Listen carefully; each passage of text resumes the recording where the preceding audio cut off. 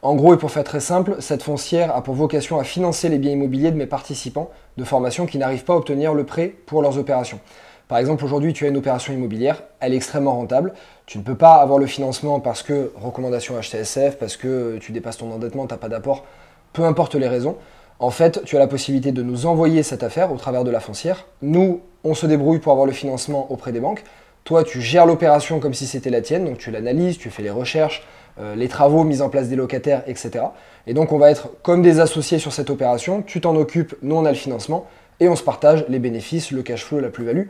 Futur entier, salut à toi, je te souhaite la bienvenue dans cette nouvelle vidéo avec Thomas. Que Salut. je te représente plutôt. Je l'ai déjà fait intervenir sur ma chaîne il y a 3 ans. C'était au tout début de mes formations, début de ma chaîne YouTube. Tu verras, il n'avait pas, il avait pas la moustache. Tu vas voir cette vidéo, elle est juste ici, elle était intéressante. En fait, Thomas est un de mes premiers participants de formation, la toute première session parisienne que j'ai fait à l'époque. Donc, c'était même pas en ligne, hein, je faisais des formations en physique à l'époque. Et il sortait tout juste d'école, d'études, et il avait déjà acheté 2 appartements. Donc voilà, tu vas voir cette vidéo, c'est assez marrant de voir l'évolution entre avant. Entre-temps, il a acheté plusieurs opérations immobilières et je te le présente aujourd'hui parce qu'aujourd'hui, il travaille avec moi. C'est le directeur général d'une nouvelle entreprise que j'ai créée qui s'appelle FFR Patrimoine, qui est en fait une foncière que j'ai créée il y a maintenant 1 mois. Enfin, officiellement, on l'a lancée il y a 1 mois, donc j'ai fait une vidéo sur YouTube à ce sujet. En gros, et pour faire très simple, cette foncière a pour vocation à financer les biens immobiliers de mes participants de formation qui n'arrivent pas à obtenir le prêt pour leurs opérations. Par exemple, aujourd'hui, tu as une opération immobilière, elle est extrêmement rentable. Tu ne peux pas avoir le financement parce que recommandation HTSF, parce que tu dépasses ton endettement, tu n'as pas d'apport, peu importe les raisons. En fait, tu as la possibilité de nous envoyer cette affaire au travers de la foncière. Nous, on se débrouille pour avoir le financement auprès des banques. Toi, tu gères l'opération comme si c'était la tienne, donc tu l'analyses, tu fais les recherches, les travaux, mise en place des locataires, etc. Et donc, on va être comme des associés sur cette opération. Tu t'en occupes, nous, on a le financement et on se partage les bénéfices, le cash flow, la plus-value, etc. Donc c'est comme ça que ça fonctionne. On l'a officiellement lancé il y a un peu moins d'1 mois, donc pendant les fêtes, très calme. On a quand même reçu plus d'une quinzaine d'opérations. Ça représente un peu plus de 6 millions d'euros. On en a sélectionné pour un peu plus de 2 millions d'euros. 4 très exactement, 2 qui sont encore en analyse mais qui vont probablement tomber. Donc voilà, ça démarre très très bien. Et donc pour ça, on a Thomas qui est donc le DG, qui est un mec excellent, il a un super parcours. En plus, t'aimes bien quand je te dis ça, hein, t'aimes bien. Redis. Il est excellent, de temps en temps. Donc donc tu vas voir, il est vraiment très très bon. Non seulement donc c'est un participant, il a acheté plusieurs opérations, donc c'est un investisseur. Il a fait du locatif, il a fait du marchand de biens. En plus de ça, il a travaillé comme analyste financier dans des très très grosses entreprises. Donc il a un super cursus. Côté analyste, ingénieur, maths, très très bon. Côté investisseur immobilier de terrain, donc en réunissant les deux, c'est la personne que je voulais en tant que DG. Et donc, comme on analyse plusieurs opérations immobilières pour pouvoir les financer au sein de la foncière, on s'est dit que ce qui était cool, c'est de te faire une analyse en direct. Comment on procède pour analyser ces affaires? Qu'est-ce qu'on regarde? Notamment, on le fait à distance. Quels sont les pièges à éviter? Et comment nous, on va se prononcer sur une affaire? Quel est tout le processus d'analyse chez nous, FFR Patrimoine? Tu peux t'en servir pour tes propres affaires. Et on va arriver en fait à la fin de cette opération, en conclusion. Est-ce qu'on prend, est-ce qu'on prend pas? Et donc là, on va t'analyser une opération d'immeuble de rapport, qui correspond quand même à une grande majorité d'entre vous. Voilà. Je te laisse. Et ben on y va. Donc c'est parti, Thomas va te présenter l'opération. Alors le but c'est que ça soit interactif, je pense que ça peut être très cool, même si on verra pas tes commentaires en direct. Pour toi ça peut t'aider aussi. On va te faire de l'analyse. Alors si toi tu vois d'autres choses qu'on n'a pas analysées, parce que on n'est pas des surhumains, donc il y a peut-être des choses qu'on n'aura pas vues, des choses que toi tu aurais analysées que nous on ne regardera pas. Donc donne-les en commentaire, ça peut être intéressant au fur et à mesure de l'analyse. Et si tu es débutant, on va te poser la question régulièrement. Voilà, nous dans ce cas-là on aurait fait comme ça, toi tu aurais fait comment? Et donc écris-le en commentaire, ça peut être sympa. Comme ça, nous on regardera les commentaires, on verra qu'est-ce que vous regardez, qu'est-ce que vous regardez pas. Ça nous permettra d'ajuster notre prochaine vidéo. Et si ça te plaît et que tu trouves ça cool, on te fera d'autres opérations. On pourra te prendre par exemple une grosse rénovation, un appartement, de la location courte durée. On pourra te faire plein d'opérations différentes. C'est parti. C'est parti. Go. On va analyser du coup Alors c'est vraiment l'analyse d'un immeuble de rapport qu'on a reçu dans le cadre de la FFR. Donc on va passer sur 4 points. On va d'abord regarder l'affaire. Donc l'affaire, ça va être les chiffres, quel type de modification. Et ça va soulever dès le début finalement quelques questions, quelques points qu'on va devoir vérifier. Donc ça va être notre second point. Et ensuite, on fera l'opportunité résumée. Moi, typiquement, avec des participants de FFR Patrimoine, on va discuter justement du résumé de l'opportunité, savoir si moi j'ai tous les éléments ou s'il y en a qui ont été oubliés. Et puis derrière, on arrive à la conclusion, donc c'est est-ce qu'on y va ou est-ce qu'on n'y va pas et pourquoi. Donc quand Quand j'ai reçu l'affaire, c'était donc une affaire, un immeuble de rapport à 240 000 euros environ, sans les travaux. Donc quand je parle de coût d'acquisition, on a déjà les frais de notaire et les frais d'agence qui sont inclus. Donc il y a eu une négociation entre ce qu'on t'a apporté et... Ouais, il y a eu une négociation alors, qui était assez faible. En règle générale, donc les participants m'envoient l'affaire avec déjà la négo, parce que souvent les affaires ne sont pas forcément très intéressantes si elles n'ont pas été négociées. Donc je leur demande de m'envoyer le prix déjà avec négo. S'ils l'obtiennent, et bah, tant mieux, on sait qu'on peut y aller. Et puis bah, s'ils ne l'obtiennent pas, tant pis, mais nous déjà, ça nous permet de lancer les analyses avant même d'avoir eu la réponse. C'est un bien situé à Angoulême, c'est proche de Bordeaux. C'est une ville avec 40 000 habitants environ, donc ça rentre nous dans les critères par rapport au dynamisme de la ville, ce qu'on va chercher. Ensuite, en termes de surface, on est à 160 mètres carrés, on a 8 studios, voilà, environ 20 mètres carrés, on est sur des petites surfaces. On verra tout à l'heure, mais c'est des surfaces qui peuvent être intéressantes, en tout cas dans le type d'investissement qui nous a été présenté ici. Il est complètement loué. Aujourd'hui, on a 95% des loyers qui sont versés par la CAF. Et on a un prix au mètre carré du quartier qui est à 1 500 euros. Donc on verra un peu plus loin, mais ça c'est un des gros points d'analyse sur lequel on va travailler. Donc là, quelques photos. Donc ça c'est un appartement des appartements comme on les aime, bien dans leur jus, vraiment pas beau. Et donc ça suppose donc forcément déjà une négociation. Et ça veut dire aussi des belles optimisations derrière. Donc c'est vrai que derrière, nous, vu qu'on est vraiment dans une approche, on va dire d'abord achat-revente et après locatif, c'est-à-dire on veut s'assurer, une fois qu'il a été retapé, qu'on peut le revendre avec plus-value. Le fait d'avoir des travaux dès le début et qu'on puisse faire voilà, de beaux appartements, on va se retrouver on va dire, en étant quasiment assuré d'avoir une plus-value à la revente. Une fois que j'ai reçu l'affaire, quels sont les points que je regarde? D'abord, le coût au mètre carré de l'affaire. Donc on est à 1488. Donc là on se dit bon super, on est en dessous des prix au mètre carré. Oui, parce que le prix au mètre carré du quartier est à 1 500 euros, mais on est à 95% du prix au mètre carré de la ville. Donc c'est un bon point parce qu'on est en dessous, mais on est très peu en dessous. Pas assez effectivement, parce que du coup vu qu'on va aller faire des travaux, et ben, le prix au mètre carré de notre affaire va exploser. Et donc on ne va pas réussir à rester en dessous. Donc c'est vraiment le gros point noir dès que je le vois. Je te coupe, pardon. Hein. Ouais. Pourquoi est-ce qu'on regarde le prix au mètre carré en premier? C'est vraiment la première chose qu'on regarde. Je fais pareil pour mes opérations parce que ce qui nous intéresse quand on achète une opération, c'est de pouvoir la revendre plus cher. Même si c'est pas dans nos projets de la revendre, tu veux acheter un bien, tu veux le garder 20 ans. La première règle d'or, c'est toujours d'acheter quelque chose qui est en dessous du prix au mètre carré. Voilà, ça c'est la règle de base. Moi, je n'achète pas même une opération à 20% de rendement annuel si elle n'est pas en dessous du prix au mètre carré moyen de la ville, du quartier, et par rapport à ce qu'on peut trouver en équivalent. Je ne l'achète pas. Pourquoi? Parce que même si tu projettes de garder un bien longtemps, ta situation peut changer. Tu peux malheureusement divorcer, avoir une mutation, avoir des problèmes d'argent, avoir besoin de revendre pour acheter une plus grosse affaire. Il y a 1 million de raisons qui peuvent te faire revendre plus vite que ce que tu peux. Et donc si tu as acheté quelque chose au mètre carré, enfin au prix, voire même un petit peu en dessous, ce qui peut arriver aussi souvent, eh bien tu feras pas de gains, voire même des pertes le jour où tu vends. Voilà. Ouais. Bah, d'ailleurs, du coup, pour ceux qui sont en train de réfléchir en même temps, à la limite, vous pouvez même mettre en commentaire vous les types de réflexions que vous avez. Si on a un prix au mètre carré qui est équivalent, un prix au mètre carré de l'affaire qui est équivalent à celui du quartier, quels sont peut-être les réflexes à avoir auxquels on peut penser pour optimiser finalement le prix au mètre carré à la revente et du coup être, je vais pas dire indépendant des prix au mètre carré du quartier, mais peut-être qu'on peut jouer avec. Donc on va aborder ce point-là juste après. Ensuite, du coup, le deuxième point, ça va être le rendement locatif. Donc le rendement locatif, si on ne fait pas les travaux, donc c'est dans l'état actuel, alors bien évidemment, vu qu'on est dans l'achat, faut prendre en compte les frais de notaire et les frais d'agence. Donc là, on est à un rendement locatif de 11,5%. Alors moi, je trouve que c'est un bon point, parce que quand on m'apporte une affaire sans aucune optimisation, sans rien faire, on est déjà à 11,5%. Ça veut dire que dans tous les cas, on aura un cash flow qui sera au moins nul. Et donc ça veut dire que demain, on l'achète et on a besoin d'attendre un petit peu pour faire des travaux, on veut juste temporiser, et on a déjà un cash flow qui est positif.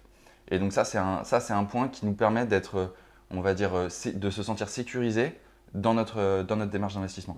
Deuxième point aussi là-dessus, quand tu as une opération comme ça avec un rendement déjà tout fait, hein, c'est-à-dire que tu n'as pas besoin de faire des optimisations dans ton bien, regarde quels sont les rendements des biens équivalents. En gros, je suis à Angoulême, je cherche un bien dans son jus comme ça, avec déjà des locataires en place, déjà loués, quels sont les rendements moyens que je trouve dans les immeubles autour. Donc tu vois, tu as 2 points, tu regardes le prix au mètre carré autour, est-ce que ce que je trouve c'est moins cher, plus cher, pareil. Le rendement locatif d'un bien équivalent, est-ce que ce que je trouve à côté c'est plus cher, moins cher, pareil. Parce qu'un investisseur va venir, s'il cherche un bien comme ça, c'est-à-dire déjà loué et pas optimisé, il veut rien faire, il va pas se prendre la tête. Si tout ce qu'il trouve autour c'est à 11 ou 12, tu ne fais pas une bonne affaire, tu fais une affaire qui est moyenne. Si tout ce qu'il trouve autour c'est entre 7, 8 et 9, tu fais une bonne affaire parce que ton affaire est plus rentable que d'autres à point équivalent. Et du coup, pour terminer donc sur l'analyse, ce qu'on va avoir aussi, c'est comme je le disais tout à l'heure, on est sur une ville proche de Bordeaux, 40 000 habitants. On n'est pas sur une ville, alors je vais être dans la caricature, mais dans une ville avec 3 000 habitants, juste à côté d'une usine. Et si potentiellement l'usine est amenée à fermer, en fait la ville va être désertée, ou alors il y aura un taux de chômage qui va être complètement énorme, qui va exploser, derrière des revenus qui vont baisser.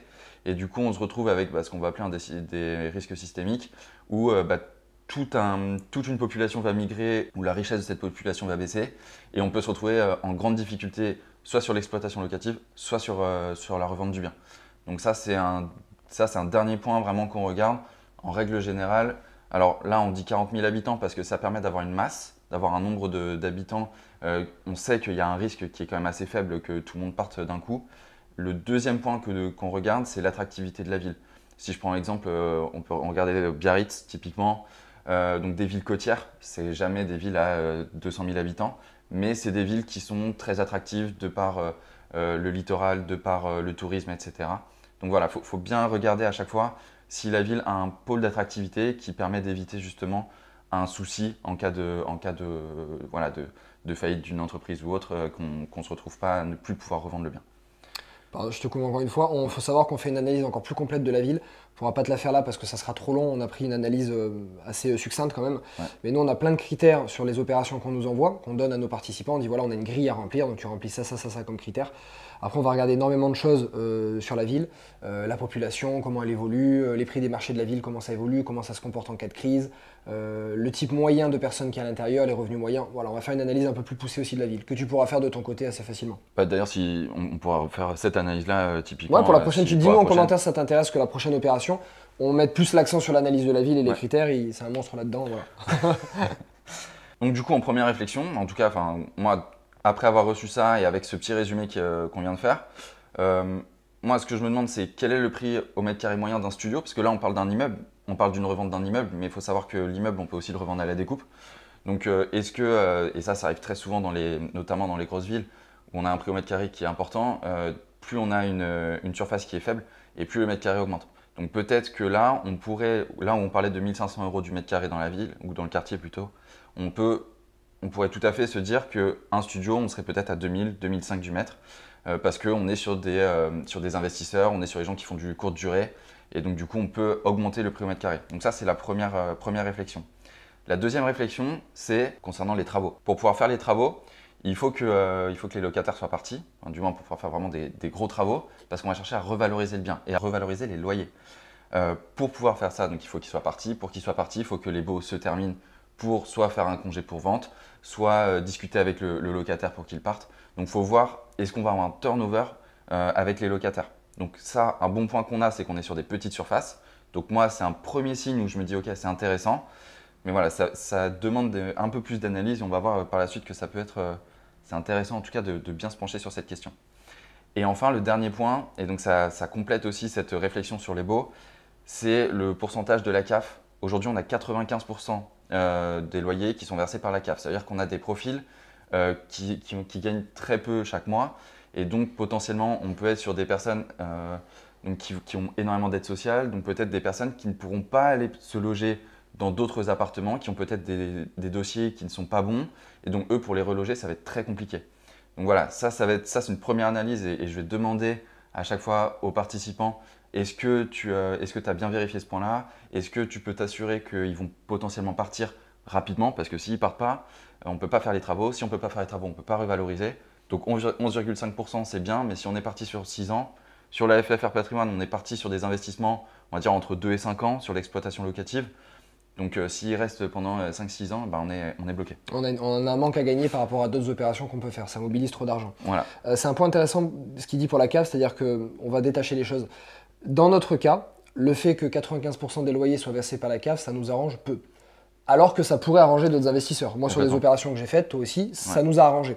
Pourquoi là, ça ne nous arrange pas? Il l'a très bien dit, c'est parce qu'on ne peut pas faire les travaux pour toutes les raisons qu'il t'a évoquées. Et donc, ça va nous bloquer dans notre stratégie à nous. Par contre, attention, c'est pas parce que tu vas te dire, ok, il y a 95% de loyer versé par la CAF, j'y vais pas parce qu'ils ont dit de ne pas y aller. Non, non. C'est dans notre stratégie qu'on t'a expliqué. Dans ta stratégie à toi, si tu comptes garder le bien, si tu n'as pas forcément envie, voilà, tu as du rendement et tu es content, tu veux viser de la sécurité, avoir 95% versé par la CAF, c'est génial. Ça veut dire qu'en termes de loyer impayé, tu es tranquille. Et d'ailleurs, du coup, pour rebondir aussi là-dessus, c'est que du coup, même toi, dans ton choix de locataire, si demain il y a quelqu'un qui te dit bah, j'ai 95% de CAF, voilà ma situation qui est peut-être pas forcément très stable, mais par contre j'ai 95% du loyer qui sera versé par la CAF, en fait pour toi c'est parfait. Tu sais que a priori si tu t'es bien arrangé, ton cash flow, enfin ta rentabilité va pas être fortement impactée si tu es à 95% du loyer ou 100%.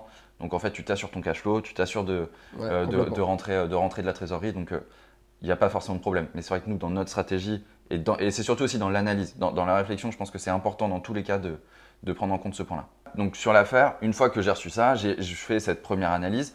Après, il y a toute la partie amélioration. La partie amélioration, on est donc sur des travaux à hauteur de 40 000 euros. Donc là, tout de suite, ce qu'il faut se dire, c'est OK, on est sur 40 000 euros, on a 8 studios, donc on est vraiment sur de la petite réno. En termes de prix, enfin moi en tout cas, ce que je vais avoir comme tranche, comme idée, en tout cas en termes de prix, c'est on va être entre 500 et 1200 euros du mètre. 500, on est vraiment sur une petite rénovation, on va juste refaire les murs, peut-être remettre un sol propre à certains endroits, refaire une cuisine. Mais voilà, on est sur quelque chose de très succinct. Là où si on était à du 1000-1200 euros du mètre, là on est sur une grosse réno avec quelque chose de très qualitatif. Donc ça c'est toujours pareil, c'est analysé en fonction de l'affaire. Là, ce que me propose le chasseur, c'est d'avoir des petits travaux et c'est vraiment juste d'optimiser, de faire du beau et du coup d'augmenter les loyers. On se retrouve à un coût d'acquisition total, on était à 238, on passe du coup à 278. Donc forcément, tous les calculs maintenant, on va prendre en compte ces 278 000 là. D'ailleurs, je l'ai vu, donc j'en profite. Des fois, j'ai eu 2 affaires exactement qu'on nous propose. La plus-value est calculée sur l'achat, c'est-à-dire que j'achète 100, je le revends 200, donc du coup, j'estime que je fais une plus-value de 100. Sauf qu'en fait, il faisait des travaux à hauteur de 150. Donc en fait, ton coût, c'est 250, donc ta plus-value, en fait, là, c'est moins 50. Donc bien faire attention à toujours prendre en compte le coût d'acquisition total et pas le coût d'acquisition sans les travaux. Et ensuite, donc, elle me dit, une fois que tu as fait les travaux, le loyer prévisionnel, on est à 37 000 euros. Donc on va voir juste en dessous, mais on est à plus de 13% de renta et une valeur de revente à 345 000. Donc on se retrouve avec une plus-value qui est intéressante, enfin une très belle plus-value. On se retrouve avec un rendement locatif qui est très intéressant également, on a plus de 13%. On n'a pas de risque parce qu'ils sont déjà tous loués, tous les appartements sont loués. En tout cas, tout de suite, donc avant travaux, tout est loué. Donc en fait là, si on regarde ça, alors là vous me direz si vous, de prime abord, ça vous semble intéressant, mais en tout cas moi quand je regarde, je dis bah go, enfin en tout cas moi dans un premier temps avant analyse poussée avec le chasseur, moi ça me semble être une bonne affaire. Je sais pas si tu trouves que c'est une bonne affaire. Pareil aussi, tu nous diras en commentaire, mais a priori ça semble bien. Si on refait le même travail que tout à l'heure, on a un prix au mètre carré de l'affaire à la revente à 2156. Donc là pareil, pour rappeler les prix au mètre carré, on était à 1567. Donc là on se retrouve à 138% du prix au mètre carré. Donc là, ça devient moins intéressant. Par contre, on a un rendement locatif, comme je disais, à 13,3%. Là, la question, c'est ok, j'ai un bon rendement locatif, donc c'est hyper intéressant. Par contre, j'ai un prix au mètre carré qui est très élevé par rapport à ce qui est pratiqué dans la ville. Moi, quand je le regarde, je me dis c'est très risqué parce que si en étant à 150% des prix au mètre carré du quartier, on est à 13% de rendement, pour moi, c'est que, en fait, on peut se permettre, en ayant peut-être une autre affaire, en étant à 90 ou 100% ne serait-ce que du prix du quartier, et ben on serait déjà à 15, 16, 17% de rendement. Donc moi, c'est la première réflexion que je me fais. C'est là où il faut faire un point stop qui est hyper intéressant. Je vois beaucoup de personnes se tromper là-dedans et faire des erreurs. Souvent parce qu'on regarde que le rendement ou un autre point. Il faut vraiment regarder les deux ensemble. Là, on se dit, on est bien au-dessus des prix du marché. C'est vrai. On se dit, on a un rendement locatif qui est quand même très intéressant. Il y a des personnes qui, malgré ça, vont regarder le rendement et vont se dire, super, j'ai 13%, j'ai vu qu'il fallait voir 8, 9, 10 pour éventuellement avoir du cash flow. C'est super, j'y vais. Deux choses. Soit la première, on achète vraiment une affaire au-dessus des prix du marché. Et donc, on va avoir du mal à la revendre. Pourquoi? Parce qu'on peut trouver des affaires équivalentes à 14, 15, 16% peut-être dans la ville. C'est ce qu'il faut regarder, comme je te disais tout à l'heure, les rendements moyens qu'on trouve pour des biens équivalents. Soit, il peut arriver, je l'ai déjà vu, qu'en fait, Dans cette ville, et surtout sur ce type de biens, les biens ne se vendent pas avec des prix au mètre carré, ils se vendent avec des rendements. Quand tu vises des investisseurs et que tu vends des immeubles de rapport, dans des villes, notamment moi dans une ville où j'ai acheté, donc qui est Béziers, proche de Montpellier, dans cette ville, quand tu achètes des immeubles de rapport, tu n'achètes pas un prix au mètre carré, tu achètes un rendement. Donc quand tu as des immeubles qui sont hyper optimisés, comme par exemple là, 8 studios, 8 petits studios, tu as une surface globale qui est très petite, mais tu as un loyer par appartement qui est hyper élevé parce que tu n'as que des petites surfaces de 20 mètres carrés, ce qu'on disait tout à l'heure. Donc tu vas être sur un prix au mètre carré qui va être quand même assez cher. Pourquoi? Parce que tu as énormément de loyers et donc bah, quand même ça se va avoir 13% de rendement, ça se valorise, hein, il y a quand même un prix. Donc les prix au mètre carré vont être plus élevés. A l'inverse, moi je me rappelle d'une affaire à Béziers que j'avais visitée, le prix au mètre carré était vraiment très peu cher. Pourquoi? Parce que c'était que des grands appartements. Donc les loyers étaient moins élevés en proportion de la surface. Il y avait des belles terrasses, bien exposées, au soleil, etc. Donc ça se valorise parce que oui, c'est du patrimoine qui se valorise parce que bel emplacement, etc. Mais en termes de loyer, tu vas pas, parce qu'il y a une belle terrasse en plein soleil, tu vas pas louer, tu vas louer 30 euros de plus, 50 euros de plus, grand maximum dans ce type de ville.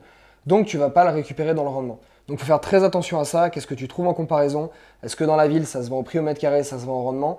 Est-ce que je vais viser quelqu'un qui va en faire CRP? Est-ce que je vais viser un investisseur? Et nous, c'est la réflexion qu'on a eue là-dessus. Exactement. Donc bah là, c'est ce qu'on voit, hein. De toute façon, dans les premières réflexions. Pareil, hein, si t'en vois d'autres, n'hésite pas à les mettre. Moi, ça me permettra en plus, juste dans un objectif d'amélioration, ça pourrait être intéressant aussi pour moi. Mais en tout cas, effectivement, donc, on a des chiffres attractifs en termes de plus-value et en termes de rendement locatif. On a des coûts de travaux alors qui sont faibles, mais il faudra juste les vérifier. Et ça, bon, je suis ultra pointilleux parce que en fait, dans une affaire, si vous devez avoir des dépassements quelque part, des dépassements de budget, c'est les travaux. Donc en fait, c'est là qu'il faut être hyper pointilleux. Et ça, on en reparlera juste après. Mais c'est vraiment important de bien avoir en fait un projet travaux à chaque fois et d'identifier l'ensemble des points durs pour pas dépasser les travaux. Donc ça va être un des chantiers que j'aurai par la suite. Et ensuite, donc, prix au mètre carré élevé, mais donc, comme disait Chris, est-ce qu'on peut pas faire une vente, donc soit à la découpe, donc ça va vérifier, ou alors une vente à la renta. Et donc du coup, si on vend un placement quelque part à un investisseur, l'investisseur qui veut pas s'embêter, en fait, nous on s'est embêté à faire les travaux, à essayer d'optimiser, peut-être Attendre que les locataires partent. Voilà, attendre que les locataires partent, etc. C'est nous qui avons pris le risque. Donc forcément, quand on va le vendre, si on vend quelque chose de propre qui a été refait, avec des locataires qui sont bien dedans, etc., et ben on a enlevé le risque. Et donc, qui dit enlever le risque, dit un rendement plus faible. Et du coup, pour nous, on va aller prendre la plus-value derrière. Et donc, c'est bon, très, très honnêtement, pour pas spoiler, clairement, c'est dans cette stratégie que je suis parti avec le chasseur. En récap, on a une plus-value de 32%, on a un rendement locatif de 13%, on est dans une ville qui est sympa. Et donc, on a un ratio au prix au mètre carré de l'affaire qui est trop élevé. Et donc là, il va falloir vérifier le turnover des locataires et les travaux et la stratégie de revente, pour faire très bref. Donc maintenant, les points à vérifier. Donc on va d'abord regarder la revente, c'est le premier truc à vérifier parce que travailler sur les travaux, c'est bien, c'est gentil, mais si on commence à se faire déplacer des artisans, à faire des devis, pour peu qu'en plus, du coup, dans une démarche d'investissement, on peut se retrouver à avoir plusieurs affaires. Donc demander à un artisan avec qui on s'entend bien de faire 4, 5, 6 déplacements, alors qu'en fait, on n'est même pas sûr d'y aller, à un moment donné, on perd la confiance de l'artisan, on perd le fait qu'il va se déplacer en étant sympa, juste pour nous aider. Donc voilà, en tout cas, moi, le premier truc que je regarde, c'est la revente. Est-ce que je suis sûr de revendre? Donc pour ça, j'ai un process qu'on a mis là. Ce process, c'est on va étudier donc, les annonces de biens similaires, ce qu'on disait. On va étudier les ventes passées et on va appeler les agences immobilières. Les annonces des biens similaires. On va avoir deux cas. Il y a plusieurs annonces similaires qui sont au même prix au mètre carré. Donc quand je dis biens similaires, donc là, on a un immeuble de 8 studios. Donc on va regarder les immeubles avec 3, 4 appartements ou plus. Je ne vais pas forcément parler de surface, mais sur un nombre de lots. Donc pour voir s'il y a justement du rendement qui est vendu et comment ça se passe. Et ensuite, on va regarder les studios. Les studios est-ce qu'il y en a entre 17 et 25 mètres carrés à peu près? Et quel est le prix au mètre carré? Et ensuite, une fois qu'on a regardé ça, soit on a des affaires qui sont similaires, soit on n'en a pas. Moi, en termes d'outils, pour vous donner un peu les 3 outils vraiment classiques que je vais utiliser, et je pense qu'il y en a beaucoup qui l'utilisent. S'il y en a d'autres, je suis preneur, dites-nous s'il y en a d'autres qui sont utilisés. Mais moi, je vais utiliser bien ici. qui à mon sens est top parce que en fait on peut voir les localisations sur une carte dans la ville, donc ça permet de vraiment comprendre quel bien se vend, dans quel quartier, dans quelle rue, parce que des fois d'une rue à l'autre le prix au mètre carré il peut exploser. Complètement. Même on en parlait, enfin c'était sur Cannes. Typiquement, en fonction de la vue, on a un prix au mètre carré qui est divisé par 2. Donc voilà, ça c'est un point qui est important et je trouve que bien ici, du coup, c'est bien positionné pour le coup sur la mise en évidence de la localisation. Je regarde Se Loger, alors c'est juste que Se Loger, ça permet d'avoir. On sait qu'il y a tout sur Se Loger, donc ça permet voilà, d'être sûr qu'on a une approche complètement entière avec l'ensemble des biens qui sont à vendre. Et après, il y a Castorus. Castorus, alors c'est vraiment intéressant parce que quand on fait une analyse, Castorus prémâche un peu le travail. Il va dire voilà le nombre d'annonces qui sont en dessous des prix au mètre carré de la ville, voilà le nombre d'annonces qui sont au-dessus, voilà le nombre d'annonces qui sont à la baisse, voilà le nombre d'annonces qui sont à la hausse. Et donc ça permet juste de comprendre la dynamique du marché. Si on voit que toutes les annonces sont à la baisse sur la dernière année et qu'il n'y a rien qui se vend, moi ça va me donner des informations sur est-ce que je peux aller négocier, est-ce que du coup à la revente ça va être très compliqué. Et donc ça me permet d'avoir aussi un meilleur recul sur le marché. Une fois que j'ai regardé les biens en vente, je regarde les biens vendus. Alors les biens vendus, pour ceux qui ne connaissent pas, il y a la database du gouvernement, c'est DVF. Vous tapez DVF sur Internet, vous trouverez. Et là, vous avez les prix, vous avez les dernières ventes, même depuis pas mal d'années. Je ne sais pas depuis combien de temps, mais en général, moi je regarde entre 2016 et 2019. Et ça me permet de voir les variations des prix et les types de logements qui ont été vendus et si on a un prix au mètre carré qui est similaire. Donc là, pareil, si on a un prix au mètre carré qui est similaire, tant mieux. Ça veut dire que si dans la même rue ou 2 rues après, 2 rues plus loin, on a vendu la même chose, c'est top, ça veut dire que je vais pouvoir le revendre. S'il n'y en a pas, il faudra pousser un peu plus l'analyse. Le troisième point à regarder pour s'assurer justement sur la partie revente, ça va être d'appeler les agences immobilières. Alors pourquoi appeler les agences immobilières ? C'est parce que en fait, c'est eux qui connaissent vraiment bien le marché, c'est eux qui travaillent en permanence avec des vendeurs, avec des acheteurs. Donc, ils vont vraiment pouvoir nous aiguiller sur est-ce que ton affaire est intéressante ou pas. Donc là, moi, je suis vraiment je pars de ce principe de toujours essayer de m'entourer au maximum des personnes qui sont sur les lieux, qui connaissent le marché. D'une, c'est intéressant parce que ça me permet d'en savoir plus, d'en apprendre plus sur la ville. Et de deux, ça peut permettre potentiellement d'avoir une discussion intéressante, de tisser un lien avec un agent IMO et pourquoi pas, peut-être qu'il a une affaire, peut-être qu'il a quelque chose à nous proposer et ça peut découler sur une analyse intéressante derrière, sur une autre opportunité. Ça c'est le troisième point à bien regarder et en plus si lui nous dit c'est intéressant, c'est que a priori ça l'est. Je vous recommande d'en appeler 2 ou 3 pour vraiment avoir un avis de plusieurs personnes et pas juste un qui va chercher à potentiellement récupérer un mandat plus tard. Et du coup, une fois qu'on a fait cette dernière analyse, on se retrouve avec du coup une analyse de ce qui est en vente, une analyse de ce qui est vendu et une analyse ou une discussion avec quelqu'un qui connaît le marché. Donc une fois qu'on a fait ça, on se retrouve normalement avec une analyse qui est quand même plutôt complète. Si tu vois d'autres points, n'hésite pas à nous le dire, qu'on aurait oublié ou juste auxquels j'ai pas pensé du tout. Vraiment pour faire simple, moi ce que je vais regarder c'est le nombre de fois où j'ai validé le marché et le nombre de fois où je ne l'ai pas validé. Même pour faire encore plus simple, le nombre de fois où j'ai du vert et le nombre de fois où j'ai du rouge. Si j'ai plus de vert que de rouge, je valide mon marché. Si j'ai plus de rouge que de vert, il n'est pas validé, c'est pas pour autant que je m'arrête tout de suite. Ce que je fais c'est une fausse annonce. Et là le fait de faire une fausse annonce, on va vraiment tester le marché en direct. Et là ça permet de voir typiquement de ce que je vois, mon affaire va pas se vendre. Mais en faisant une fausse annonce, j'ai plein de gens qui réagissent et qui m'envoient des messages et qui sont intéressés. Et ça veut dire que c'est validé et ça permet vraiment d'avoir un avis plutôt clair sur les tendances du marché. Ces analyses-là, c'est ce que j'ai fait sur le bien que j'avais reçu. Donc, premier point, est-ce qu'il y a des biens similaires à des prix au mètre carré similaires ? Non, parce qu'ils étaient tous à des prix au mètre carré inférieurs. Par contre, comme disait Chris tout à l'heure, en fait, on est sur des immeubles qui sont pas du tout optimisés. On est 2 T4 en duplex, 3 T3, des choses comme ça. Là où nous, on a 8 studios, donc le rendement locatif sera beaucoup plus élevé. Donc on est similaire en termes de typologie de bien parce que c'est un immeuble, mais on n'est pas similaire en termes d'exploitation. Donc moi, je mets un bémol du coup sur le fait d'avoir des prix au mètre carré qui sont plus faibles sur ces biens-là. Et j'ai regardé également les studios. Et les studios, alors déjà, il y en avait très peu, mais pour le peu qu'il y avait, c'était des prix au mètre carré aussi qui étaient plus bas. Donc là, je valide pas mon marché. Donc j'ai regardé les ventes passées. Sur les ventes passées sur le bien, enfin sur le quartier, on se retrouve à des prix au mètre carré qui sont beaucoup plus bas.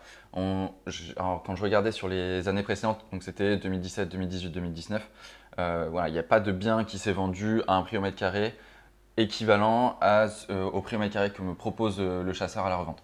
Donc à partir de là, moi ça ne me valide pas non plus mon marché. Par contre, et là c'est un point qui est important de noter, du fait de la crise sanitaire, on a vu qu'il y a eu une sorte d'exode en fait des villes vers les provinces. Donc en fait, moi je l'ai très bien vu dans la ville dans laquelle j'investis. Les prix ouais, toi aussi, les prix ont explosé. C'est quasiment enfin on fait du fois, enfin moi j'ai quasiment fait un x2. Enfin c'est absolument énorme justement sur les tendances du marché. Et donc ça fait que l'étude, c'est toujours intéressant de faire une étude des ventes passées, mais aujourd'hui du fait de la tendance du marché avec la crise, bah ça rend l'analyse. Ça redistribue les cartes. Ouais, ouais, complètement. Et ça rend l'analyse un peu compliquée aussi parce que bah, on peut pas se dire ah ouais, mais en fait ça s'est vendu à 2000 euros. Si ça se trouve maintenant, ça se vend à 3000. Donc voilà, les études du passé, c'est quelque chose qui est intéressant à regarder. Là aujourd'hui, du fait de la crise sanitaire, moi j'y mets un bémol. Donc je regarde toujours ce point-là parce que c'est intéressant. Ça permet des fois, ne serait-ce que de se dire ah mais en fait j'avais pas vu, mais en fait sur ce quartier, tout est vendu moins cher que sur les autres. Qu'on soit avant une crise, après une crise ou peu importe, un quartier pourri, c'est un quartier pourri. Et donc ça permet de confirmer ou de compléter une analyse. Mais voilà, en tout cas, moi aujourd'hui, sur mon analyse, ça ne m'a pas validé mon marché parce que les prix au mètre carré n'étaient pas les mêmes que ceux qui me sont proposés à la revente.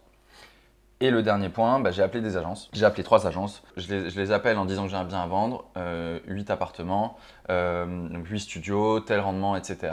Et en fait, ça me permet de voir. Lui, il va me dire oui, ça m'intéresse, je le prends, je te le vends. En général, quand il me dit ça, mais c'est pas précis, j'ai du mal à vraiment me dire ok, là c'est hyper concret, il a du monde derrière. Pour moi, c'est plus qu'il va aller récupérer le mandat. Par contre, là, moi, les 3 que j'ai appelés m'ont dit j'ai des clients qui cherchent des biens entre 300 et 400 000, qui cherchent un rendement supérieur à 11-12%. Et donc, bah, forcément, quand il me dit ça, bah, moi, ça me donne bon espoir sur le fait que l'agent immobilier confirme en fait confirme mon marché. Et donc, ça me permet d'aller un peu plus loin dans mon analyse et de me dire, ok, je valide pas les prix au mètre carré. Par contre, ce côté-là, je le valide. Et donc, j'arrive à mon dernier point de dire, ok, maintenant, combien j'ai de points non validés? J'en ai 2. Combien j'ai de points validés? J'en ai 1. Donc, ça fait que j'ai plus de rouge que de vert. Donc là, je me dis, ok, bah, je vais faire une fausse annonce. Je fais une fausse annonce. Donc là, il faut savoir, la fausse annonce, c'était autour du 18 décembre, si je ne me trompe pas. Donc, on était autour des fêtes, etc. Donc, là, je me suis dit, je vais poster une annonce. À mon avis, les gens sont plus à aller chercher des cadeaux qu'à aller investir. Bon, il s'avère que pas du tout. Parce que quand j'ai mis l'affaire, j'ai reçu 17 messages dans la journée. Et là, tout de suite, ils Ça devait être des gens de la communauté. Même pendant Noël, on regarde des affaires. Et du coup, bah, j'ai eu beaucoup d'intérêt. À savoir d'ailleurs, petite astuce, c'est que quand je mets une annonce, je ne mets pas mon numéro de téléphone parce que si on met le numéro de téléphone, les agences vont appeler, etc. Donc on peut avoir une grosse volumétrie d'appels, ou du moins de gens qui vont nous appeler. Mais finalement, sur 20 appels, on peut avoir 15, 17, 18 appels d'agences qui vont aller chercher à récupérer un mandat. Alors qu'en message, donc on peut avoir des agences, mais déjà ça s'identifie très rapidement. Et derrière, ça nous permet aussi, nous, sans pour autant trop nous mouiller, en fait, on peut aller tester tout de suite les personnes. Vu qu'en fait, c'est pas en vente, on s'en fout. Et du coup, ce que je dis, c'est voilà, est-ce que j'ai pas envie de faire des visites pour rien? J'ai eu beaucoup de sollicitations. Est-ce que c'est sérieux? Est-ce que tu as déjà le budget? Est-ce que tu es intéressé? Tu cherches à faire du rendement locatif? En fait, je vais tout de suite poser des questions assez précises. Et du coup, ça me permet de voir. Et là, typiquement sur ces gens-là, j'ai envoyé ça. Dans 80% des cas, les gens me répondaient dans la demi-journée en disant oui, oui, quand est-ce qu'on visite? Ça m'intéresse, etc.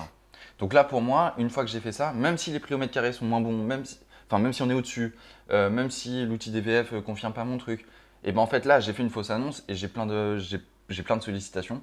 Donc pour moi, ça valide complètement le marché.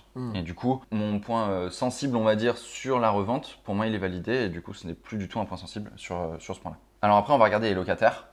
Parce que donc ça, c'est le deuxième point. Comme on disait tout à l'heure, un locataire qui ne part pas, bah, c'est compliqué parce qu'on ne peut pas revaloriser le bien, on ne peut pas augmenter les loyers. À la revente, c'est plus compliqué. Voilà. Donc là, l'idée, c'est de se dire, est-ce que le locataire va partir rapidement ou pas? Donc, au-delà des profils locataires, là, donc, pour rappel, on est sur des studios de 20 mètres carrés. Donc en règle générale, ce type de superficie, on est quand même sur des turnovers qui sont important. Les gens restent une saison, 1 an, 2 ans, mais rarement beaucoup plus. Donc ça, c'est le premier point positif sur le point du turnover. Et ensuite, du coup, je vais regarder trois axes principaux. Premier axe, ça va être la date de début de bail. Si le locataire est là depuis plus de 3 ans, bah, ça veut dire que déjà, il a déjà renouvelé une fois son bail, il est là depuis longtemps. Donc moi, c'est un signe annonceur, on va dire qu'il y a des chances qu'il ne parte pas ou pas rapidement. Si c'est en dessous de 3 ans par contre et qu'il est là il est arrivé, c'est peut-être quelqu'un qui vient de s'installer dans la ville ou autre. Et là, du coup, on peut s'attendre à ce qu'il parte par la suite. Ensuite, le profil du locataire. Si on est sur un locataire qui gagne très peu, qui est âgé, qui a un emploi qui est peu stable, là, en fait, il n'a pas un dossier attrayant pour des propriétaires. Donc, il y a peu de chances qu'il réussisse à trouver un autre logement. Donc, ça veut dire qu'il y a une probabilité forte qu'il reste. Par contre, si on est sur quelqu'un qui a eu son CDI, qui est jeune et qui va trouver quelqu'un avec qui vivre ou autre, et ben, il va déménager. Et donc là, on a une probabilité plus forte qu'il parte. Le troisième point qui est important à voir et qui est en général peu connu, c'est concernant le cadre de la vente. Donc le propriétaire peut, soit il le vend de manière, on va dire, classique, l'immeuble, soit il propose d'abord à la vente aux locataires. Donc c'est-à-dire que les locataires peuvent acheter leur appartement en priorité. Si le locataire peut acheter en priorité son appartement et qu'il le refuse, son bail n'est pas reconduit lors de la revente. Par contre, s'il ne lui est pas proposé, donc c'est-à-dire que le propriétaire le vend sans proposer au locataire, et ben là, on se retrouve dans le cas de figure où l'ensemble des baux de l'ensemble des locataires sont reconduits pour une durée de 6 ans. Dans ce cas-là, nous, en tout cas dans notre stratégie qui est de détenir le bien entre 2 et 5 ans, si on est sur des personnes qui restent dans l'appartement, on a un risque qu'ils ne partent pas pendant 6 ans et donc qu'on ne puisse rien faire pendant 6 ans. Parce que si on veut faire une vente à la découpe et du coup on utilise le procédé du congé pour vente, et ben là pendant 6 ans on ne peut pas le faire. Donc ça c'est un point qui est important et qu'il faut bien regarder voilà, pour s'assurer de pouvoir faire le congé pour vente si besoin, si jamais les profils locataires sont… voilà, on se dit ok, il y a des chances qu'ils restent dans leur appartement longtemps. Nous, dans notre cas, dans notre affaire, est-ce que, donc premier point, concernant le début de bail pour chaque locataire, c'était inférieur à 3 ans, c'était entre 1 et 2 ans. Donc là, on se dit, bon, bah super, ils sont pas là depuis longtemps, c'est probable qu'ils partent. Donc le deuxième point dans notre affaire, c'est que, donc, concernant le profil des locataires, on est avec des personnes qui ont des revenus très faibles, qui ont des emplois qui ne sont pas du tout stables, ils font des petits intérims par-ci par-là. Il faut savoir d'ailleurs qu'à particulier ici, c'est que le propriétaire, donc l'actuel vendeur, a voulu faire une action sociale et a proposé à plusieurs SDF d'Angoulême de venir se loger pour un loyer très faible. On a quand même une rentabilité, donc ça c'est intéressant, mais les loyers sont en dessous de ce qui est pratiqué dans la ville et donc les SDF sont vraiment bien dans ces appartements. Certes, c'est petit, mais c'est mieux que ce qu'ils ont connu avant. Et donc, c'est vrai que, alors là, je prends vraiment la casquette investisseur. Je pense que ça va être important d'avoir les deux facettes, on va dire. La facette investisseur où je vais regarder uniquement les chiffres. Je regarde pas du tout que ce soit le social ou quoi que ce soit. Et même, je pense que pour vous, c'est important de réussir à distinguer ça. Donc, d'un point de vue investisseur, c'est pas intéressant parce que déjà, leurs baux vont être reconduits pour 6 ans. Donc en fait, on ne peut pas les virer avant 6 ans. Donc ça, c'est purement investisseur. Si maintenant, on regarde d'un point de vue éthique, que le bail soit reconduit ou non, c'est compliqué quoi. Dire à un ancien SDF, en fait, désolé, moi, dans ma recherche de rentabilité, faut que tu dégages et puis potentiellement, tu te retrouves de retour à la rue. Mais bon, moi, ça me permet de gagner 100 € de cash flow en plus. Oui, d'accord. C'est comme un peu avoir un bien qui est aux enchères, ça m'est déjà arrivé, où tu sais que tu as un locataire dedans qui squatte et qui paye pas. Faut que tu aies la mission d'aller le dégager, etc. Tu le fais pas, non, on n'est pas là pour juger, etc. Moi, je sais que j'ai jamais pris d'affaires jusqu'à présent comme ça, et voilà. Ouais, et de toute façon, on a eu vraiment une discussion avec le chasseur qui était… moi, je lui ai dit, ok, mais sur le plan éthique, comment tu le sens? Et donc voilà, c'est important de prendre ça en considération, parce que si on le fait et que l'intérêt de l'investissement, c'est d'être fier de ses investissements. Moi, je sais que quand je fais un investissement, je suis fier de le présenter à des locataires, je suis fier d'en parler à mes proches, de leur dire tiens, regarde l'investissement que j'ai fait. Là, si on fait cet investissement et que en fait, moi, le premier truc qui me vient en tête quand j'en parle, c'est de dire ouais, en fait, j'ai mis 8 personnes à la rue. Voilà, il y a ce point-là à prendre en compte. Mais en tout cas, d'un point de vue on va rester dans le point de vue purement investisseur parce que au-delà du cas SDF, c'est important d'avoir notre étude. Voilà, on est sur des personnes qui ne partiront pas. Ça, c'est le dernier point. Et donc, le bail reconduit pour 6 ans. Donc, en fait, on ne peut pas les virer. Il y a un point qui est intéressant parce que vous me direz si vous y avez pensé, mais moi, ce que je me suis dit, c'est dans ces cas-là, on modifie la vente. On leur propose on peut tout à fait leur proposer à la vente. Et puis, s'ils veulent pas acheter, ou là, dans notre cas, s'ils peuvent pas acheter, en fait, ça reconduit pas le bail. Et donc, nous, ça nous intéresse. Et donc, dans ce cas-là, on pourrait faire des congés pour vente ou autre. Encore une fois, je rappelle, on enlève le côté On est sur la partie chiffres. vraiment partie chiffres. Il y a la partie soins des appartements aussi à l'intérieur qui est en termes de chiffres et de soins. Enfin voilà, faut en parler aussi. Ouais, ça, de toute façon, c'est le point juste après. Mais en tout cas, là, on pourrait se dire, on modifie la vente et puis ça pourrait bien se passer. Il faut savoir que les locataires ont 4 mois pour se positionner. Donc si on modifie ça, donc il faut modifier les compromis machin, donc déjà il faut que le vendeur soit d'accord. S'il est d'accord, après il le propose aux locataires. Les locataires ont 4 mois pour se positionner. Donc en fait on se retrouve sur une vente qui va durer 1 an, quoi. Donc ça c'est pareil. Est-ce que ça fait partie de toi, ta stratégie en tant qu'investisseur, d'avoir une phase d'achat sans compter les travaux qui va durer 1 an avec pas mal de formalités. Et en plus, s'il y a un des locataires qui l'achète, ça veut dire qu'il va faire une copro. Donc après, est-ce que tu as envie d'aller acheter du coup, tu achèterais 7 appartements en copro parce qu'il y en a un que tu ne peux pas avoir. Voilà, ça fait partie des axes à réfléchir. Du coup, nous, en résumé sur notre affaire, les plus, on a des locataires qui sont là depuis 1 ou 2 ans. Donc ça, c'était top. On a des petites surfaces, donc ça veut dire turnover, on va pouvoir faire des travaux, on va pouvoir optimiser le bien, etc. Point négatif, la vente n'a pas été proposée au locataire, bail reconduit, pardon. Et les locataires sont d'anciens SDF, donc ne vont pas bouger. Donc on pourrait même, pour que ce soit applicable pour tout le monde, c'est des locataires avec des revenus faibles et donc qui auront de grosses difficultés pour trouver un autre appartement. Moi, sur ce point-là, en termes de turnover, aujourd'hui, je ne valide pas cette affaire. Sur ce point parce que c'est trop compliqué, il y a trop de risques. Maintenant les travaux. Alors les travaux, donc ça c'est le dernier point. Donc vous voyez, c'est le dernier point que je regarde parce que c'est le point sur lequel j'aurai plus de travail parce qu'il va falloir que je fasse mon budget, il va falloir que j'aille voir des artisans, il va falloir que je fasse des devis. Donc ça, je valide d'abord les premiers points et une fois que j'ai fait ça, je vais voir les travaux. Je te coupe jusqu'à présent.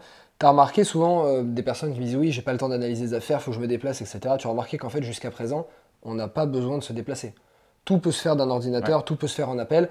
Il y a la partie de travaux où nous, on a aussi de la chance par mon cercle IMO, l'autre entreprise que j'ai développée, où on a des artisans de confiance, des personnes de confiance qu'on peut aller faire intervenir. Mais en dehors de ça, jusqu'à présent, tu peux tout faire à distance. Ouais, voilà. Ouais, complètement. D'ailleurs, moi, c'est la première fois, là, dans la présentation, où je parle de visite. Donc, ça veut bien dire qu'effectivement, on n'est pas forcément obligé d'aller visiter tout de suite, d'aller voir 10 fois le bien, etc. Alors, du coup, le montant des travaux. Moi, le chasseur me dit, Thomas, on a 8 appartements, 20 mètres carrés par appartement, etc. C'est 40 000 euros. Du coup, je me dis, ok, on est autour de entre 400 et 500 euros du mètre. Donc, c'est-à-dire qu'on est sur une rénovation très légère. Donc, moi, donc le chasseur me le confirme que c'est une rénovation légère. Donc, moi, dans ma tête, je me dis, ok, je ne suis pas forcément choqué. Si demain, vous avez une affaire qui fait 1000 mètres carrés et faites ce calcul. Si on vous dit, ouais, il y en a pour 30 000 euros de travaux, faites le ratio, vous êtes à un ratio tellement faible qu'un artisan ne se déplacera jamais. Donc voilà, faut juste avoir ces petites données-là en tête pour pas se faire avoir et ça permet d'enlever un bon gros nombre d'affaires sur lesquelles on vous dirait les travaux c'est très faible alors que finalement pas tant que ça. Le deuxième point, c'est concernant la deuxième étape même, c'est de faire un pré-projet travaux. Alors, le projet travaux, il faut savoir qu'un projet travaux, c'est quand même quelque chose d'assez conséquent. Avec les chasseurs avec qui je travaille, je demande de le faire à chaque fois. C'est pour chaque lot, donc en gros l'électricité, plomberie, menuiserie, etc., d'avoir un devis à chaque fois qui est en face, avec l'artisan identifié, quand est-ce qu'il est capable de démarrer, combien de temps vont prendre les travaux. Donc vraiment de planifier les travaux. Pareil sur la partie ameublement, donc ça moi ça fait partie du projet travaux, je le mets dedans. C'est de dire ok mais tu veux mettre une table mais tu mets quelle table? Tu as prévu de mettre un canapé? Ok, tu as prévu de mettre quel canapé? Comme ça en fait on a tous les éléments, on a tout le budget et donc du coup on ne fait pas de dépassement. Donc ça c'est vraiment moi c'est une étape importante, on n'en parle pas là précisément parce que c'est pas dans l'analyse, c'est pas important de le faire, il faut d'abord valider les points. Mais en tout cas après, ça c'est quelque chose que moi je fais beaucoup. Mais du coup on va faire un pré-projet travaux. Qu'est-ce que ça veut dire? On va lister l'ensemble des éléments qu'on va vouloir modifier. Typiquement, là, on est dans un studio, on va refaire le sol, on va refaire les peintures, on va refaire la cuisine et la salle de bain. Ok, et bah sur ça, et bah je vais aller chercher soit un ancien devis que j'ai fait dans une ancienne affaire, soit un devis que je vais trouver sur internet, soit je vais. Voilà, l'idée c'est d'avoir des ordres de grandeur et éviter d'avoir un écart du simple au double quand on va vraiment passer sur le projet travaux en lui-même. Et cette étape-là, avant même d'avoir un devis particulier, c'est vraiment important de se projeter, tout simplement parce que derrière, quand on va aller voir aussi un artisan, on a déjà le projet qui est fait. Et en fait, quand le projet est fait, ça veut dire qu'on va aller voir l'artisan en disant moi je veux une douche. Et on n'est pas en train de dire ah ouais mais en fait est-ce qu'une baignoire ça serait bien, et auquel cas son devis devient complètement obsolète. Donc ça permet de gagner du temps, ça permet de savoir où on va. L'artisan ça peut aussi lui faire gagner du temps, il peut faire un devis rapidement. Et donc ce travail-là est vraiment important, d'autant plus que ça permet de valider le budget travaux qu'on a fait à la grosse juste avant. Et un point, alors moi c'est un outil que j'utilise, c'est l'outil Bluetooth. En fait on peut rentrer pour chaque... on va cliquer en fait sur je veux ajouter une chambre, je veux ajouter une salle de bain, c'est tant de mètres carrés, etc. Et on peut mettre l'ensemble des modifications à apporter, plomberie, etc. Et après, eux, ils nous fournissent en fait un chiffrage direct. Et donc ça, c'est assez intéressant, ça permet de gagner du temps. Et typiquement, pour aller voir une banque dans un premier temps, si on n'a pas les devis, on a déjà cette première estimation, ça les rassure. Une fois qu'on a fait ces 2 points, donc en fait, on a déjà bien anticipé l'ensemble des étapes, on a le projet bien en tête, et là, on va aller faire une visite avec un artisan et qui va pouvoir nous confirmer nos budgets, qui va pouvoir se projeter avec nous, peut-être qu'il aura aussi des idées. Et du coup, ça permet vraiment d'avoir confirmation sur l'enveloppe travaux. Et de toute façon, c'est le passage obligé de toute façon pour tout investisseur d'aller faire une visite avec un artisan. Quand je cherche un artisan, alors soit vous avez un artisan de votre côté avec qui vous travaillez, etc. Mais si vous en cherchez un, si vous n'en connaissez aucun, sur mon cercle IMO, il suffit juste d'aller chercher la ville et puis au moins ça permet d'avoir rapidement en tout cas des professionnels et qui sont en plus vérifiés. Donc, en tout cas moi dans le cadre de la FR Patrimoine en général c'est ce que je fais et c'est ce que je recommande de faire aux chasseurs. Nous dans notre cas, donc montant prévu on est à 40 000 euros. Donc quand je fais un calcul grossier, 500 euros du mètre carré. Donc je sais qu'on est sur de la rénovation légère. Quand je fais après projet, on se retrouve avec uniquement de la déco, une petite rénovation, donc ça confirme les travaux. Et le dernier point, c'est que j'ai demandé au chasseur de faire une visite avec l'artisan, et là ça a été la catastrophe. Et c'est pour ça que c'est important dans tous les cas toujours d'aller faire une visite avec un artisan. C'est qu'en fait, il s'avère que les locataires sont pas du tout soigneux. Donc c'est sale, c'est très mal entretenu. Après vous me direz, on est là pour faire un coup de blanc, etc. Donc en soit que les murs soient sales ou autre, on s'en fout. J'ai envie de dire oui et non, parce que est-ce que la structure reste bonne? Et en fait là c'est typiquement le problème qu'on a vu, c'est qu'il y avait des champignons, mais des vrais champignons, enfin les trucs qu'on voit sous les arbres, qui étaient sur les murs. Et en fait c'était complètement humide, il y avait un dégât des eaux, mais qui était en fait on ne sait même pas depuis combien de temps. Et il s'avère que le plancher était complètement bouffé. Enfin, et quand on marchait, en fait, il y avait un affaissement. Enfin, quand je dis quand le chasseur m'en a parlé, il y avait un affaissement au niveau de la douche, etc. Et l'artisan a dit, mais moi j'ai même peur pour les locataires parce que là, ça peut très clairement s'effondrer. Et en plus, avec les champignons sur les murs, on s'est dit, il y a un système de capillarité sans doute, de l'humidité qui remontait et autres. Et là, l'artisan a dit, moi je ne veux pas aller sur ce chantier. Vous trouvez quelqu'un d'autre, moi j'y vais pas. Dans tous les cas, on n'est plus aux 40 000, on va être à beaucoup plus, on est peut-être à 100 000. En plus, il y a tout le plancher à refaire. Moi, il y a trop de problèmes. Moi, je ne m'engage pas sur un devis là-dessus. Pour moi, un artisan qui dit ça, ça ne me conforte pas. Et là, je me dis, on se retrouve quand même avec un budget de travaux qui est faible. On a assez peu de marge de manœuvre si on veut garder une belle rentabilité. Là en tout cas, moi, ça commence à pas sentir très bon, on va dire, de mon côté.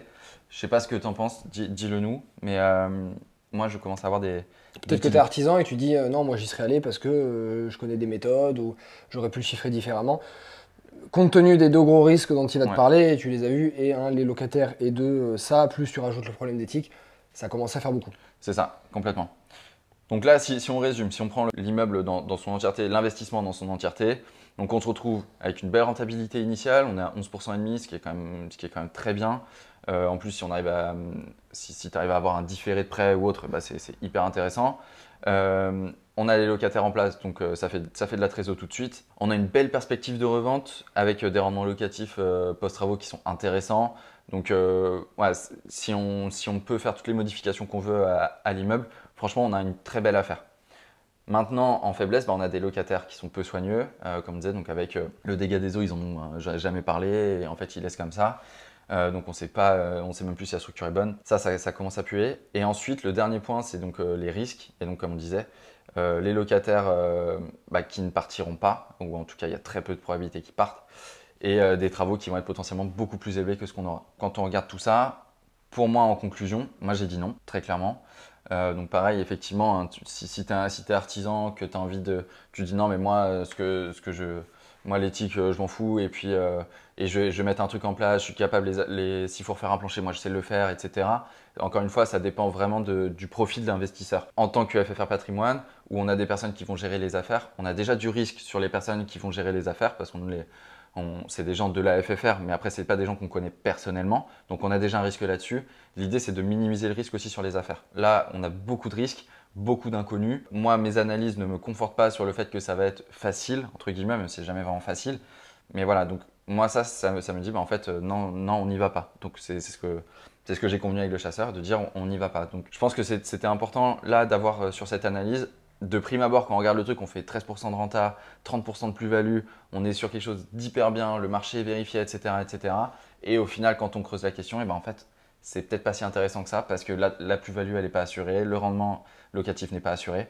Donc voilà, moi j'ai pris la décision en tout cas de ne pas y aller. Et j'ai validé. Voilà, exactement. Donc voilà, okay. J'espère qu'on a été clair. Merci beaucoup, c'était excellent. Futur rentier, j'espère que cette vidéo t'a plu. Tu vois, elle change. Je t'ai jamais fait de vidéo comme ça, je trouvais ça intéressant de te le faire. Alors, tu nous diras en commentaire qu'est-ce que tu as pensé de l'analyse, si elle t'a plu, s'il y a des choses que tu as vues que nous on n'a pas vues. Est-ce que toi tu irais sur cette opération, est-ce que tu irais pas? Comment tu t'y serais pris? Est-ce que ça t'a été utile également? Là, tu vois, on a fait une analyse de A à Z. Nous, on fonctionne comme ça pour nos propres analyses quand on investit personnellement. Moi, maintenant, avec l'expérience, j'analyse de moins en moins parce que j'ai plus d'expérience, donc je passe de moins en moins de temps. Là, tu vois qu'on l'a professionnalisé. J'ai été recruter quelqu'un qui est extrêmement bon et en maths. T'as pas vu la partie toute financière, mais il est excellent. Et sur la partie ingénieur, pour qu'on ait en fait deux avis, de personnalités différentes, de visions différentes sur les opérations. Et là, tu vois, quand tu as quelque chose comme ça qui est extrêmement carré, extrêmement pointilleux, extrêmement bien mesuré, on a quand même assez peu de chances de se rater. Voilà. Donc dis-nous tout ça, ça nous fait plaisir. Mets un like sur cette vidéo si elle t'a plu également. On va tenter de te faire d'autres vidéos, parce qu'on reçoit beaucoup d'affaires, donc on va essayer la prochaine fois de te faire d'autres opérations. Autre chose aussi qui est hyper importante, on a créé un simulateur qui te permet toi d'aller vérifier si ton affaire elle est intéressante en fonction des calculs qu'on t'a annoncé là ici. Donc tu rentres toutes tes informations, ça te dit si l'opération déjà elle est intéressante ou pas, donc déjà ça te fait simulateur de rendement, de plus-value, etc. Mais aussi surtout, si jamais ça t'intéresse, ça te valide ou non si c'est une opération que nous on pourrait financer. Si par exemple tu as cette opération qui est hyper intéressante et que tu pourrais financer, ou que tu aimerais financer mais que tu ne peux pas, la banque ne te la finance pas, va sur le simulateur, tape l'opération et tu verras si nous, ça nous intéresse à la financer ou pas. Ou toi aussi. Comme je te le disais, je te rappelle le principe, nous si jamais on la finance, on a une sorte d'association ensemble, on va travailler en collaboration. Tu t'occupes de ton opération comme si c'était la tienne, tu prends zéro risque financier. Nous on la finance et on se partage les bénéfices. Voilà. Donc va sur le simulateur, va jouer un petit peu et puis on ne sait pas, peut-être qu'on pourra travailler ensemble sur des opérations, nous ça nous ferait plaisir. Futur entier, on te souhaite une très très bonne journée. Thomas, merci. Et merci à toi. Et puis, on va te tourner d'autres vidéos. Voilà. Ciao. Salut.